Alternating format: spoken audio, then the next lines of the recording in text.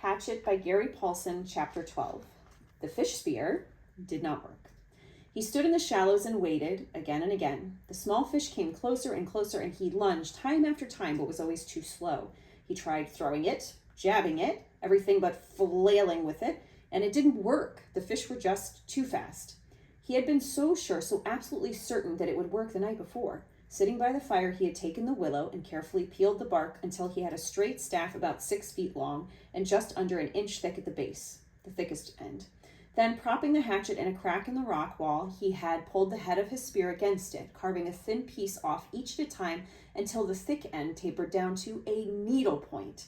Still, not satisfied, he could not imagine hitting one of the fish with a single point.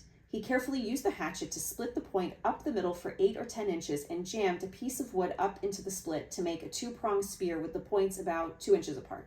It was crude, but it looked effective and seemed to have good balance when he stood outside the shelter and hefted the spear.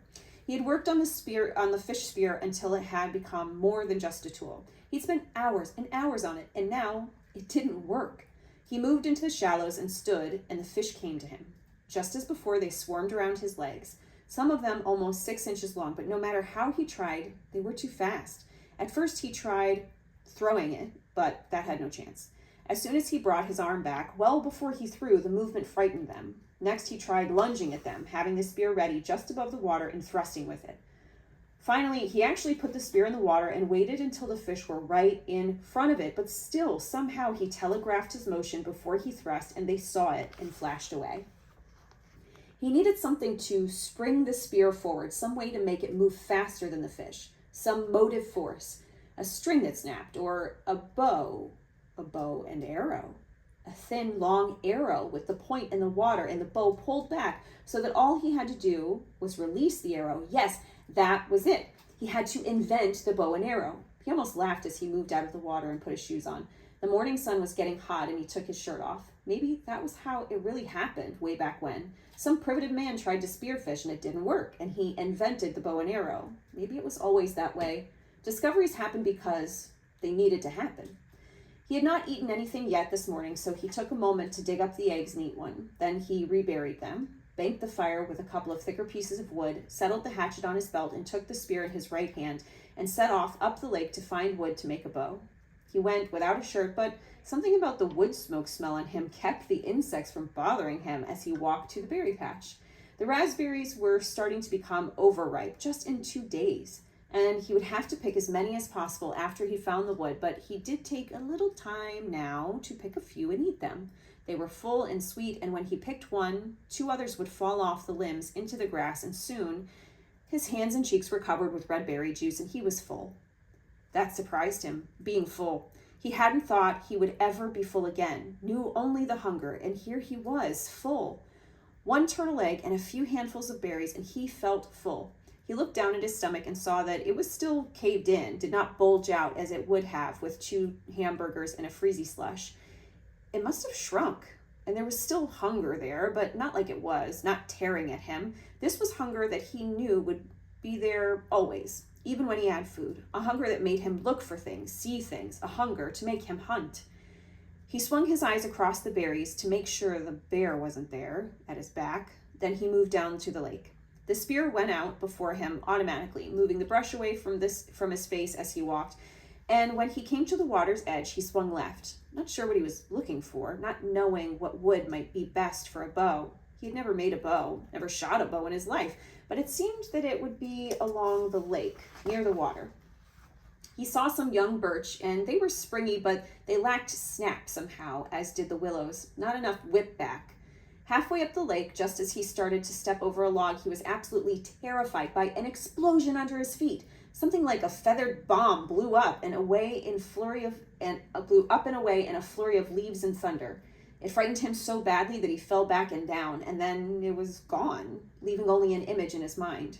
A bird, it had been, about the size of a very small chicken, only with a fantail and stubby wings that slammed against its body and made loud noise. Noise there, and gone. He got up and brushed himself off. The bird had been speckled, brown and gray, and it must not be very smart because Brian's foot had been nearly on it before it flew. Half a second more, and he would have stepped on it. And caught it, he thought.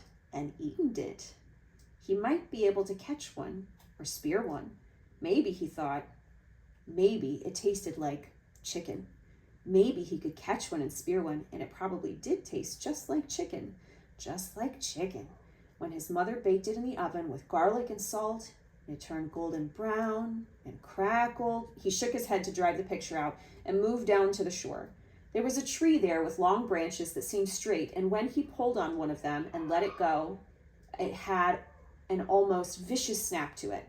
He picked one of the limbs that seemed right and began chopping where the limb joined the tree. The wood was hard and he didn't want to cause it to split, so he took his time, took small chips and concentrated so hard that at first he didn't hear it. A persistent whine like the insects, only more steady with an edge of a roar to it, was in his ears. And he chopped and cut and was thinking of a bow, how he could make a bow, how it would be when he shaped it with the hatchet, and still the sound did not cut through until the limb was nearly off the tree and the whine was inside his head, and he knew it then. A plane. It was a motor, far off but seeming to get louder. They were coming for him. He threw down the limb and his spear, and holding the hatchet, he started to run for camp. He had to get fire up on the bluff and signal them, get fire and smoke up. He put all of his life into his legs, jumped logs, and moved through brush like a light ghost, swiveling and running, his lungs filling and blowing, and now the sound was louder, coming in his direction. If not right at him, at least closer. He could see it all in his mind now, the picture, the way it would be. He would get the fire going, and the plane would see the smoke and circle once, then again, and waggle its wings. It would be a float plane, and it would land on the water and come across the lake, and the pilot would be amazed that he was alive after all these days. All this he saw as he ran for the camp and the fire. They would take him from here, and this night, this very night, he would sit with his father and eat and tell him all the things. He could see it now. Oh, yes, all as he ran in the sun, his legs liquid springs. He got to the camp still hearing the whine of the engine, and one stick of wood still had good flame. He dove inside and grabbed the wood and ran around the edge of the ridge, scrambled up like a cat and blew and nearly had the flame feeding, growing when the sound moved away. It was abrupt, as if the plane had turned. He shielded the sun from his eyes and tried to see it, tried to make the plane become real in his eyes. But the trees were so high, so thick, and now the sound was still fainter. He kneeled again to the flames and blew and added grass and chips, and the flames fed and grew, and in moments he had a bonfire as high as his head, but the sound was gone now. Look back, he thought. Look back and see the smoke now, and turn, please turn. Look back, he whispered, feeling all the pictures fade, seeing his father's face fade like the sound, the lost dreams, like an end to hope. Oh, turn now and come back. Look back and see the smoke and turn for me. But it kept moving away until he could not hear it, even in his imagination, in his soul. Gone. He stood on the bluff over the lake, his face cooking in the roaring bonfire, watching the clouds of ash and smoke going into the sky, and thought, no more than thought, more than thought. He knew then that he would not get out of this place, not now, not ever.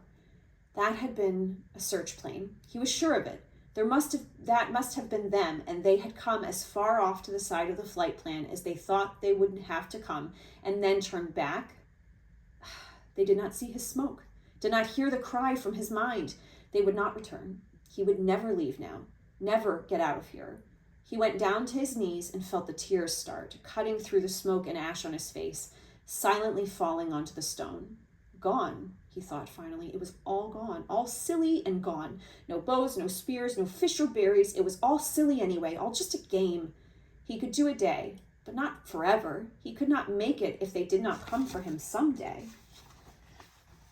He could not play the game without hope, could not play the game without a dream. They had taken it all away from him now. They had turned away from him, and there was nothing for him now. The plane gone, his family gone, all of it gone. They would not come. He was alone, and there was nothing for him.